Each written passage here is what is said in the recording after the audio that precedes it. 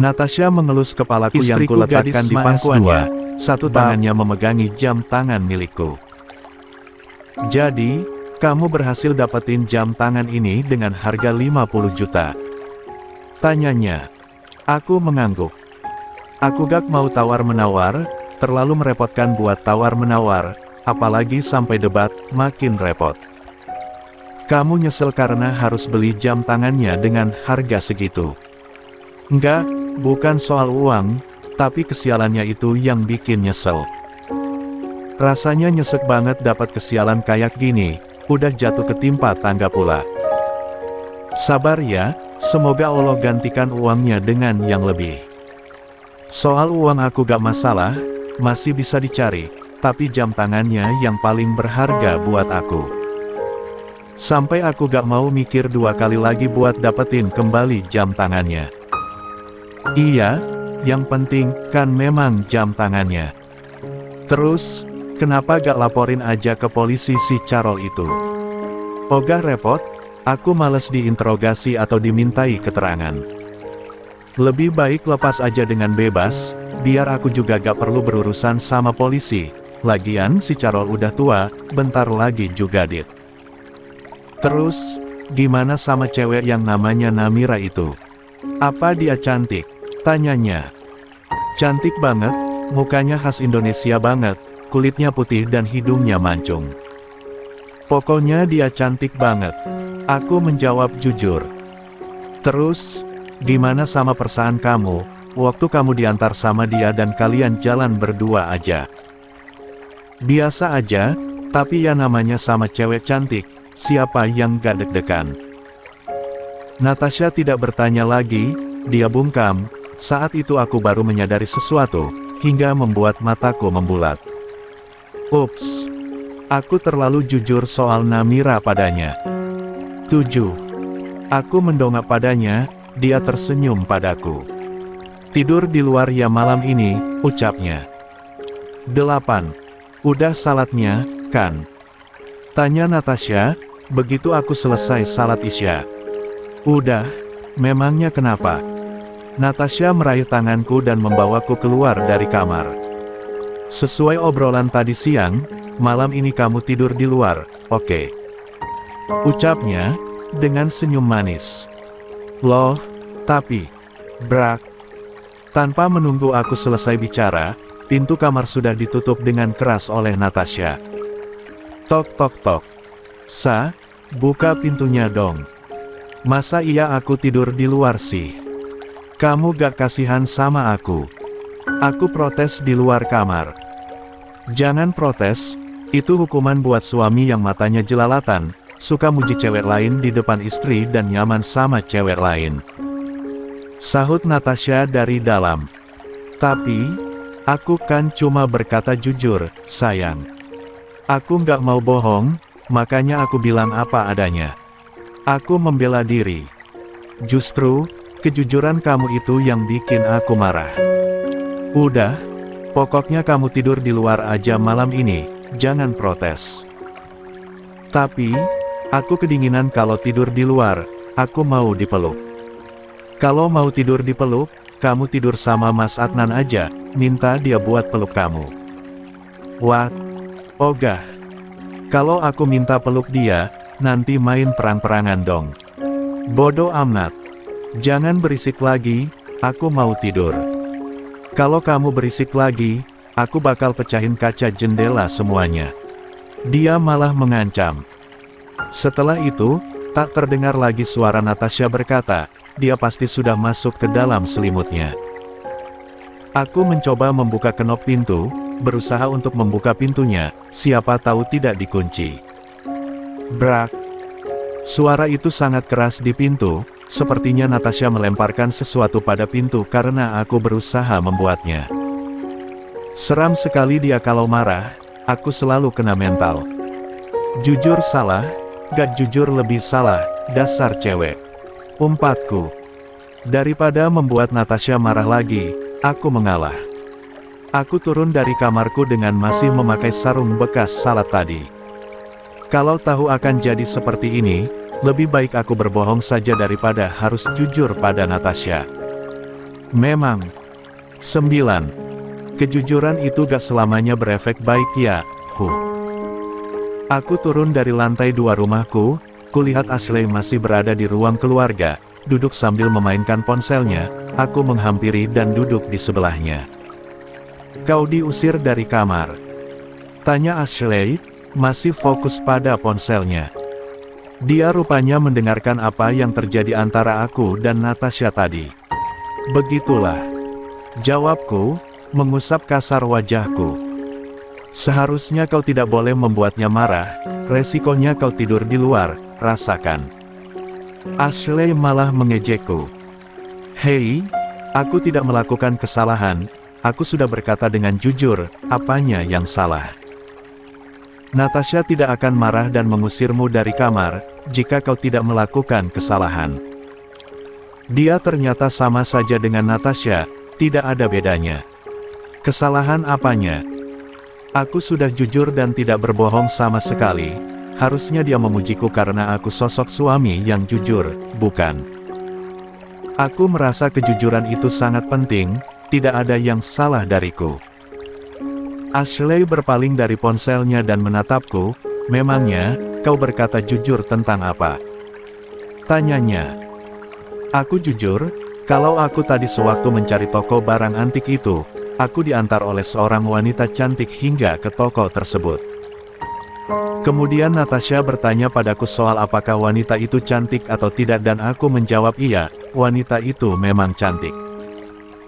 Lalu, dia bertanya lagi, apakah aku nyaman ketika diantar dan berjalan berdua bersamanya. Ya aku juga jawab kalau aku memang nyaman dan sedikit berdebar karena berduaan dengan seorang wanita. Salahku di mana? Aku sudah jujur, bukan? Aku menuturkan obrolanku tadi dengan Natasha, yang menjadi pemicu diusirnya aku dari kamar. Ashley mengambil bantal sofa dan melemparkannya padaku. Tentu saja dia marah kalau kejujuranmu seperti itu, istri mana yang suka mendengar suaminya memuji wanita lain? Dasar bodoh. Ashley memutar bola mata malas, dia jadi ikut-ikutan marah seperti Natasha. Kau dan Natasha sama saja, ucapku. Tentu sama, karena kami sama-sama wanita, idiot. Aku tersenyum lebar, baru paham kalau yang namanya sama-sama wanita akan saling merasakan apa yang dirasakan wanita lain. Jason, apakah jika aku kuliah, Natasha juga akan kuliah kembali? Ashley bertanya padaku soal kuliah. Aku mengangkat kedua bahuku, entahlah, aku juga belum sempat bertanya padanya soal itu. Tapi, ada kemungkinan Natasha akan kuliah kembali jika Darren sudah cukup usia untuk ditinggal seharian. Aku belum menanyakan apapun pada Natasha tentang rencana masuk kuliah lagi, karena sejak datangnya Ashley, aku mengalami masalah dengan Bi-ijah, sehingga aku belum sempat menanyakan apapun pada Natasha. Lebih tepatnya, aku dan dia belum terlibat obrolan santai, karena adanya masalah itu. Apakah orang-orang di kampus akan ramah padaku, jika aku masuk kuliah di negara ini? Tanyanya lagi. Tentu saja, asal kau juga bersikap baik pada mereka dan jangan buat masalah, mereka juga pasti akan ramah padamu. Ashley mangut-mangut. 10. Oh iya, apakah di kampus nanti akan banyak lelaki tampan? Ashley bertanya dengan mata berbinar, senyumannya melebar. Tak. Aku menjentikkan jariku di keningnya. Au. Sialan kau. Omelnya, sambil mengusap-usap keningnya. Jangan coba-coba mencari lelak lain, karena kau sudah memiliki Adnan. Dia sudah aku anggap sebagai adikku, jadi jangan coba-coba membuatnya patah hati atau aku akan mengembalikanmu ke London. Ancamku. Aku hanya bercanda, bodoh. Ashley terlihat kesal. Bercanda ataupun serius, aku tetap tak mau kau membahas tentang lelaki lain di depanku, sedangkan kau sudah menjadi pacarnya. Jangan lupa, dia pernah terluka karena gagal menikah, dan kau harus bisa menjadi obat baginya agar dia bisa bahagia bersamamu. Iya, cerewet. Tentu saja aku cerewet, Adnan sudah kuanggap sebagai adik, mana mungkin aku rela melihatnya kembali terluka. Dia harus bahagia, dia harus bisa memiliki kehidupan yang sempurna yang dipenuhi dengan kebahagiaan. Apa Justin tak ingin ikut bersamamu? Tanyaku. Ashley menggeleng, tidak, saat aku ajak, dia menolak. Dia bilang, dia ingin fokus bermain bisbol, dia tidak akan datang kemari lagi sebelum liburan panjang. Jawabnya. Begitukah? Ashley mengangguk. Aku beranjak dari dudukku untuk pergi keluar. Kau mau kemana? Tanyanya lagi. Aku mau keluar, aku bosan di rumah terus. Natasha juga belum mengizinkan aku untuk masuk ke kamar. Kau tidak mau menemaniku di sini saja. Untuk apa? Kau sendiri sibuk dengan ponselmu, aku hanya terus memperhatikanmu bermain ponsel, seperti patung saja. Ashley terkekeh, memang benar, sejak tadi aku dan dia mengobrol tapi matanya fokus pada ponselnya. Aku keluar dari rumahku dan duduk di kursi di teras depan rumah. Ingatanku kembali pada tadi siang, di mana mimpi bertemu dengan kedua orang tuaku yang sangat terasa nyata. Aku sungguh merasa kalau mereka benar-benar hadir di depan mataku, bukan hanya mimpi belaka. Bayangan wajah Mommy dan Daddy, juga senyuman mereka masih terbayang-bayang dalam benakku, pelukan hangat dari mereka pun masih terasa, seakan memang nyata. Tak kusangka bahwa itu hanyalah mimpi, aku jadi kecewa dibuatnya. Aku kembali teringat pada Bi Ijah, yang telah mengecewakanku oleh perbuatannya. Aku tahu, dia terpaksa melakukan itu demi bisa membantu anaknya melunasi hutang. Tapi, apakah harus dengan menghancurkan kepercayaanku? 11. Dia seharusnya bisa bicara langsung padaku dan mengatakan kalau dia membutuhkan uang untuk membayar hutang-hutang anaknya. Mungkin aku juga bisa sedikit membantunya tanpa perlu dia menjadi seseorang yang jahat. Aku selama ini tak pernah mengunci pintu ruang pribadiku, karena biasanya setiap orang yang bekerja padaku adalah orang-orang yang baik, sehingga aku percaya pada mereka bahwa mereka tak akan pernah melakukan pencurian atau sebagainya. Namun, aku salah besar, ketika aku mempercayai mereka justru mereka malah menusukku dari belakang. Bi Ijah, dia sangat baik pada keluargaku selama bekerja denganku, tetapi atas perbuatannya itu aku harus tega memecatnya. Bos, belum tidur? Tanya seseorang. Aku menoleh, Adnan tersenyum tak jauh dariku. Kamu sendiri belum tidur, kenapa? Aku balik bertanya. Susah tidur, bos. Beberapa hari ini saya memang susah tidur, makanya harus jalan-jalan dulu seperti ini supaya mengantuk, jawabnya. Adnan menghampiri, kenapa bos sendirian di sini? Padahal dingin loh di luar seperti ini. Lagi pengen sendirian aja di luar, aku tak mau bercerita kalau aku diusir Natasha dari kamar. Malu sekali jika Adnan tahu aku kena ultimatum istriku. Adnan duduk bersamaku, mengeluarkan sebungkus rokok dari kantong celananya. Adnan menyulut rokoknya dan mengisapnya dalam-dalam dan mengeluarkan asapnya dari mulut. Aku kaget, ternyata Adnan merokok juga, selama ini aku tak tahu kalau dia perokok. Kamu merokok ya? Kok saya baru lihat? Tanyaku. Cuma sesekali, bos. Saya merokok kalau saya lagi pengen aja, jawabnya. Lah, emang bisa? Kan biasanya kecanduan. Saya merokok sejak hubungan saya dan Wina berakhir, karena saya gak ada teman buat curhat akhirnya saya coba-coba merokok, kata orang bisa menghilangkan sedikit rasa galau. Jadinya saya kebiasaan sampai sekarang, tapi gak candu sih, cuma sehari sekali aja pas malam sebelum tidur. Saya gak mau terlalu banyak merokok, gak baik juga buat kesehatan. Aku bahkan belum pernah mencoba yang namanya rokok. Aku tak tahu rasanya seperti apa dan apakah memang seenak itu hingga orang-orang kecanduan dibuatnya. Bos mau coba? Adnan menawarkan. Aku menggeleng, saya gak mau coba-coba yang begituan, Natasha juga gak suka dengan perokok, saya gak mau bikin dia gak nyaman dengan baunya. Tolakku.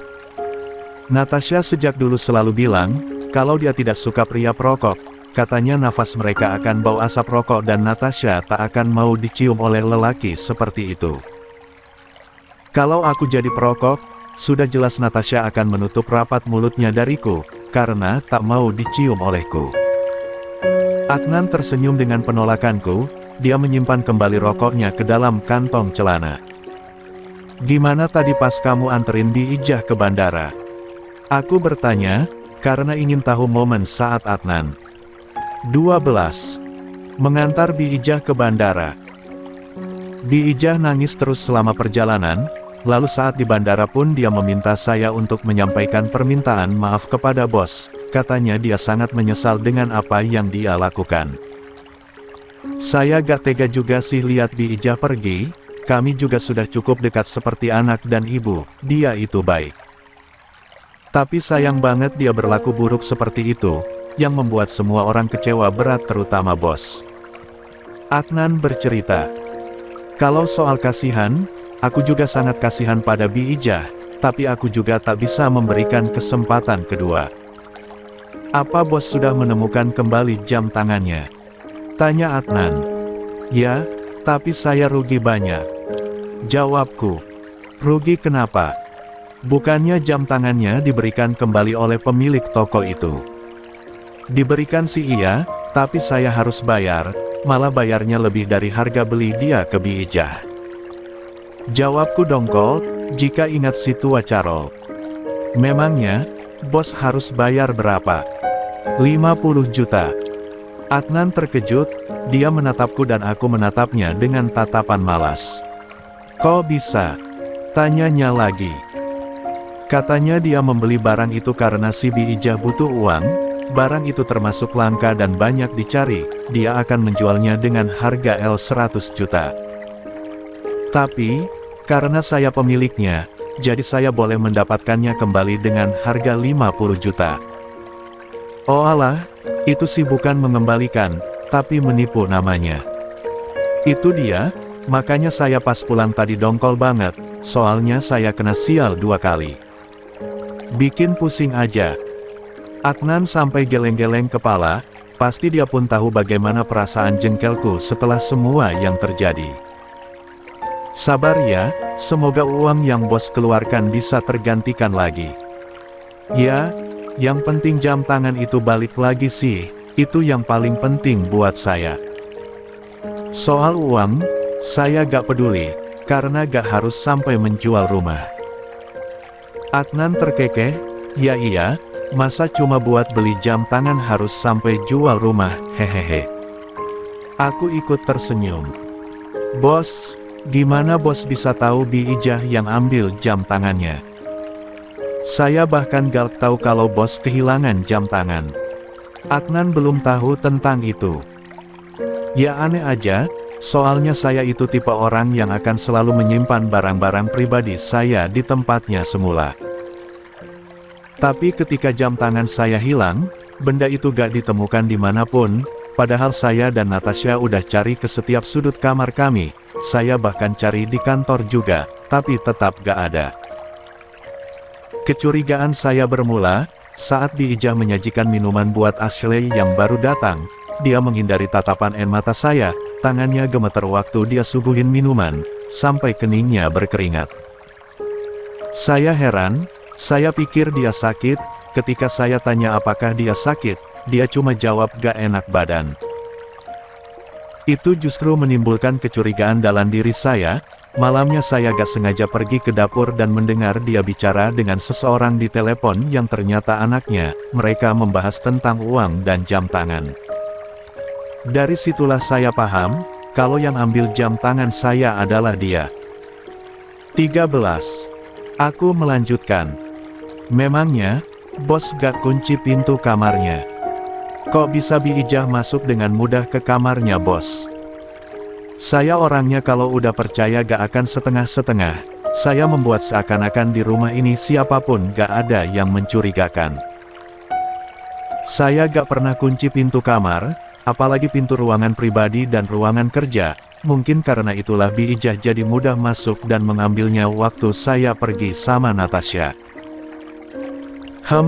Begitu ya, harusnya bos lebih berhati-hati lagi mulai sekarang. Kita gak bisa percaya pada siapapun sepenuh hati, yang namanya manusia tetap makhluk yang akan selalu membuat kesalahan dan dosa.